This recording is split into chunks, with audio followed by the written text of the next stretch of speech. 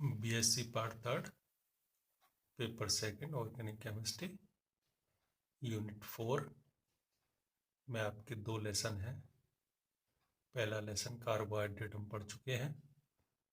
आज दूसरा महत्वपूर्ण चैप्टर पढ़ने जा रहे हैं, ऑर्गेनिक सिंथेसिस बाय इनोलेट्स।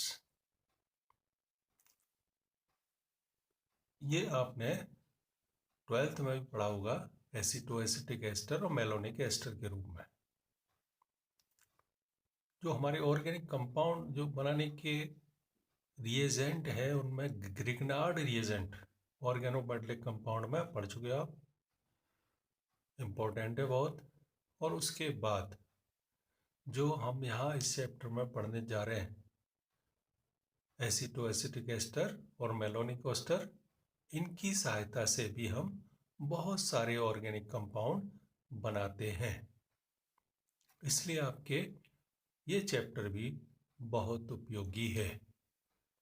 इनोलेट, यहीं से समझने की कोशिश करते हैं। इनोलेट द्वारा कार्बनिक संश्लेषण, ऑर्गेनिक सिंथेसिस बाया इनोलेट्स। जो आपके इनोल होते हैं, इनोल यानी कि अनसैचुरेटेड एल्कोहल के जो कॉन्जुगेटेड बेस हैं, इनको हम कहते हैं इनोलेट या इनोलेट एनायन। जो इनोल हैं वो आपके सैचुरेटेड एल्कोहल के कंपैरिजन में मोर एसिडिक बट अस्थाई, अनस्टेबल होते हैं। लेकिन प्रोटॉन रिलीज हो जाने के बाद इनसे बना हुआ जो इनोल होता है वो आपके रेजोनेंस द्वारा स्टेबलाइज हो जाता है और वो स्टेबल होता है। यही बात हमने यहाँ नोट्स में लिख रखी है। मैं और इसमें एक बार आपको पढ़ के बता देता हूँ। इनोल अनसैचुरेटेड एल्कोहल्स के संयुग्मी क्षार, कॉन्जुगेटेड बेस, को हम क्या कहते हैं? इनोलेट और enolate anion. Enol saturated alcohol के कंपैरिजन में मोर एसिडिक बट अनस्टेबल होते हैं। ये आपके सिंपल सा है, आपके वाइनिल एल्कोहल यानी कि इनोल, इन डबल बॉन्ड और OH। ये इनोल तो आपके कम स्टेबल है, मोर एसिडिक है। क्यों है? क्योंकि इससे प्रोटॉन रिलीज हो जाने के बाद जो बनता है इनोल या ये कार्बो एनायन, जो रेजोनेंस के द्वारा स्टेबलाइज होता है, तो इसलिए ये मोर एसिडिक है सैचुरेटेड एल्कोहल के कंपैरिजन में और आपके अधिक स्टेबल है। जो इनोलेट है क्या है? ये एल्डिहाइड कार्बोनिल ग्रुप और ये एल्फा जो अपने कार्बोनिल ग्रुप में एल्फा हाइड्रोजन है वो कैसा होता है? एसिडिक नेचर का। तो यदि हम कार्बोनिल के इस एल्फा हाइड्रोजन को बेस के रूप में, प्रोटॉन के रूप में हटा दें तो ये आसानी से इनोलेट बन जाते हैं। क्योंकि यहाँ ये अनस्टेबल हैं तो इनसे यहाँ पर करना कठिन होता है। जो कार्बोनाइन है ये इसकी बात कर रहे हैं कि कार्बोनिल समूह की एल्फा स्थिति पर है। अतः इनोलेट को हम जो स्थायी स्टेबल कार्बोनिल यौगिक हैं उनकी बेस की प्रेजेंस में कार्बोनिल समूह के एल्फा हाइड्रोजन को हटाकर प्राप्त कर सकते हैं। ये कार्बोनिल यौगिक, ये एल्फा हाइड्रोजन यदि बेस से हमने हटा दिया तो ये इजीली इनोलेट बन जाता है रेजोनेंस से कार्बोनाइन का इनोलेट आयन। इसमें जो एल्फा हाइड्रोजन है उनकी acidic nature, acidity of alpha hydrogen, ये एग्जाम में अलग से क्वेश्चन आ जाता है 2 नंबर में। होता क्या है कि कार्बोनिल ऑक्सीजन जब इलेक्ट्रॉन अट्रैक्ट करता है तो ये कार्बोनिल कार्बन इलेक्ट्रॉन डेफिशिएंट, ये अपनी इलेक्ट्रॉनों की कमी, डेफिशिएंसी को पूरा करने के लिए इस एल्फा सिग्मा बॉन्ड के इलेक्ट्रॉन्स को अपनी ओर अट्रैक्ट करता है।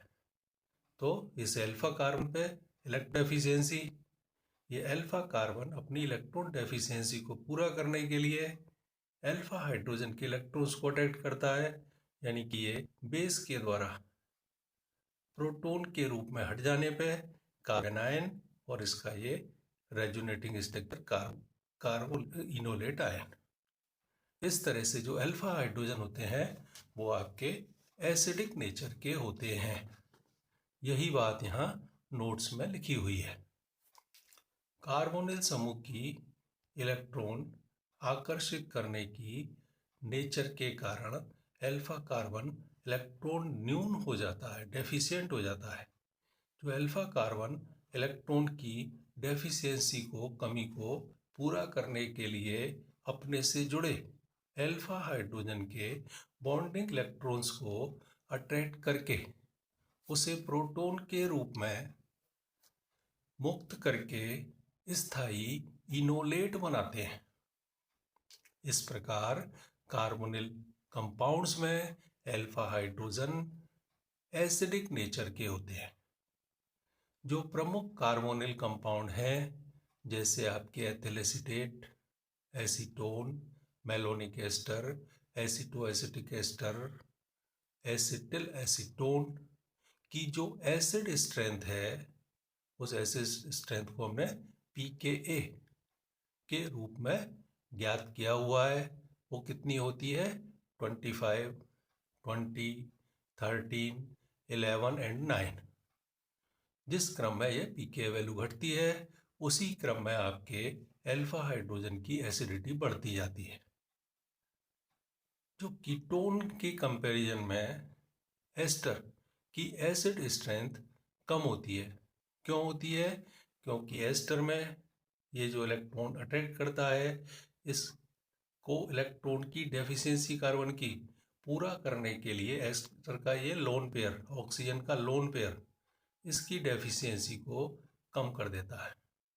जबकि कार्बोनिल में ग्रुप वाले में, कीटोन में यह डेफिशिएंसी इस तरह की यहाँ पूरी नहीं हो पाती। तो इसलिए कीटोन आपके मोर एसिडिक होते हैं alpha hydrogen in comparison to ester.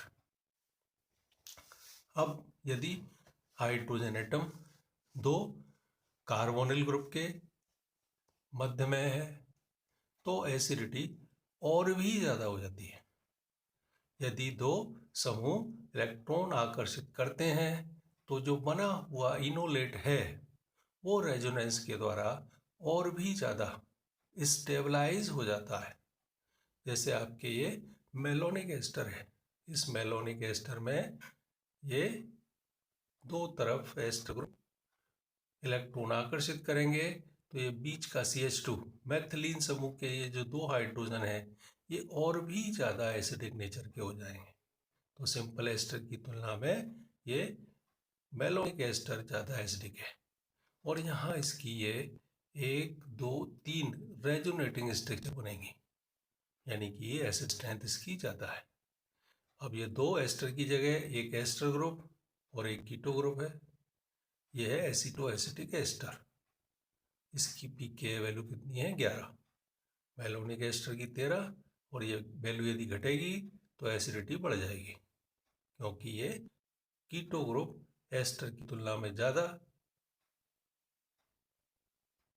Strongly electron attract करता है, यानी कि ये EAA मेलोनिक एस्टर से ज़्यादा एसिडिक नेचर का होता है।